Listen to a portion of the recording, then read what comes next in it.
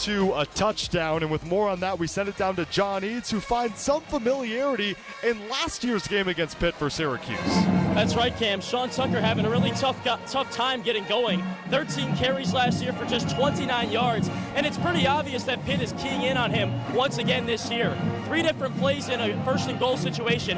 Pass, run, run. Pitt shut him down up the middle. SU then tried to go outside on the edge. The wide receivers didn't block well, and Tucker got shut down again. This is a very experienced defensive line, 92 career starts, and of course Pat Narduzzi, an absolute wizard as a head coach and a former defensive coordinator at Michigan State. That's all I got for now. Back up to you guys in the booth. Now let's go back to Pittsburgh and John Eads on the sidelines. Ian, thanks so much. Live here at Acrisure Field, downfield level.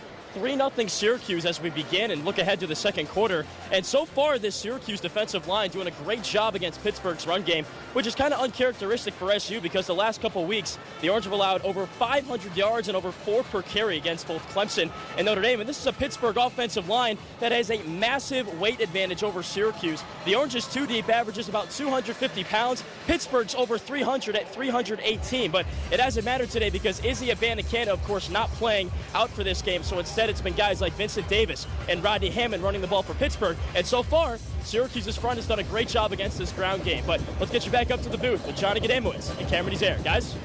More importantly for Pitt, Jared Wayne has 5 catches today. He's the leading receiver on this team. More on that, John Eads on the sideline. John? Cam, thanks so much. It took a little while for Jared Wayne to start to get involved in the offense today for Pittsburgh. Really wasn't used at all in that first quarter. Instead, the Panthers really using that run game. But this is a guy that's had a great season coming off a career performance against North Carolina. He tied his career high with 7 catches, set a new career standard with 161 yards, and he's just having an insane season. It's funny because last year, it seemed like Jordan Addison was the guy stealing all the headlines. He's the Blitnikoff winner. He transfers over to USC in the offseason. Now Jared Wayne, a guy that was outside the top 1,500 in terms of players, gets a chance to shine under the spotlight. Back to you guys up in the booth. Pittsburgh leading Syracuse 10-6, just getting going in the third quarter, about 2.5 minutes in. Live from field level here at Acrisure Stadium, I'm John Eads. Thanks so much for tuning in today. Hey, this SU offense off to a bad start today so far. Just 6 points in that first half in their first drive of the second half coming up. And a guy that's really got to get going, Sean Tucker. 8 carries for 16 yards so far. But he's had success in this stadium before. You think back to 2020. He was SU's most successful tailback in a 21-10 loss to Pittsburgh. Had 4 carries for 23 yards. That's about 6 per carry. From there, he really started to escalate and get his career going. The next game against Georgia Tech, 24 carries for 112 yards and 2 touchdowns. So a slow start for Tucker, having a somewhat below average season this season. A guy that was a Heisman contender coming into the year. But today he's got a chance to pass Larry Zonka for 4th place in Syracuse program history for career rushing yards. He needs 55 yards today. He's got 16 right now. A whole second half to play. We'll see if he can get the job done. Let's send it back up to the booth with Johnny Gademowitz and Cameron Eads, guys. That Syracuse defense making some plays courtesy of Jahad Carter, but hey, so is that Pittsburgh defense, and that's why we have a defensive struggle right now at Acrisure Stadium. 10-6, the Panthers on top of the Orange. Live at field level, I'm John Eads. Thanks so much for tuning in this afternoon.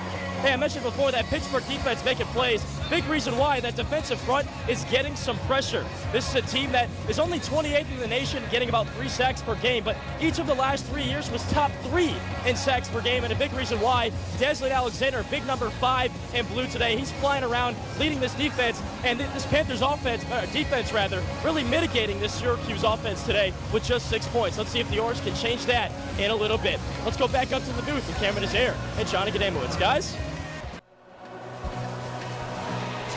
And we're ready for fourth quarter action here at Acrisure Stadium as Pittsburgh leads Syracuse 17-6. I'm live here on the sidelines. John Eads. Hey, not a great performance so far today from Syracuse. Of course, 1 quarter left, but hey, that's kind of been the MO for Dino Babers in November. He's just 5-17 as a head coach at Syracuse in the penultimate month of the year, and he's been outscored by an average of 2 touchdowns per game in every single game in this month. You think back to last year, Syracuse beat Boston College to end October, had 3 chances to make a bowl game, missed on all 3. Now, guys, it's kind of interesting because this year, SU had a 6-0 start, kind of playing with house money right now. Already got that 6th win for bowl eligibility, but in a month where you got 4 opponents, starting with Pittsburgh, then Florida State, then a ranked Wake Forest team in Boston College, 17-6 right now. They lose this game. Not a great start to the month of November, and kind of just jiving with what Dino Babers has done in his tenure at Syracuse. Back up to you guys in the booth, though. Let's check in down on the sidelines with John Eads.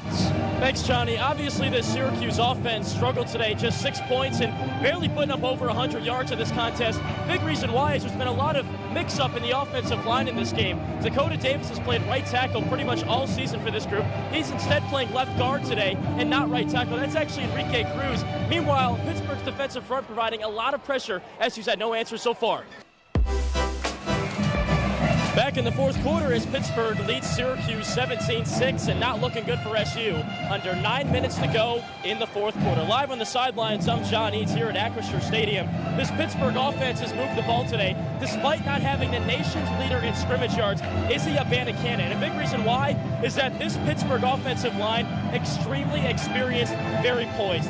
76 combined starts between the guys in the front 5. A group that's played so many snaps together, dominating, balling today, and it's allowing Pittsburgh to control the time of possession. And right now, guys, Syracuse down 11. The defense that's been ravaged with injuries all year is slow. They're moving around. They have no energy. They look defeated out there. This group needs a stop. They need it right now. We'll see if they can get it. Back up to you guys up there. Johnny Gadamo, it's Cameron Desire. Take it away. Syracuse still trailing by 8. Only a minute 49 to go. With that, let's send it down to the sidelines with John Eads. Thanks, Johnny. Heard a pretty loud roar down here because the Pitt faithful really wanted Pat Narduzzi and this Pittsburgh offense to go for that 4th and 1, win the game right here. Syracuse out of timeouts, under 2 minutes to go. You get that 1 yard, the game's over with, but now a chance for the Syracuse offense to drive down the field. We finally saw some signs of life from the offense last drive. Carlos Del Rio Wilson finding DeMarcus Adams, scrambling out of the pocket, somehow getting a first down. Let's see if the offense can put together a big-time drive here, and the redshirt freshman transfer can etch his name.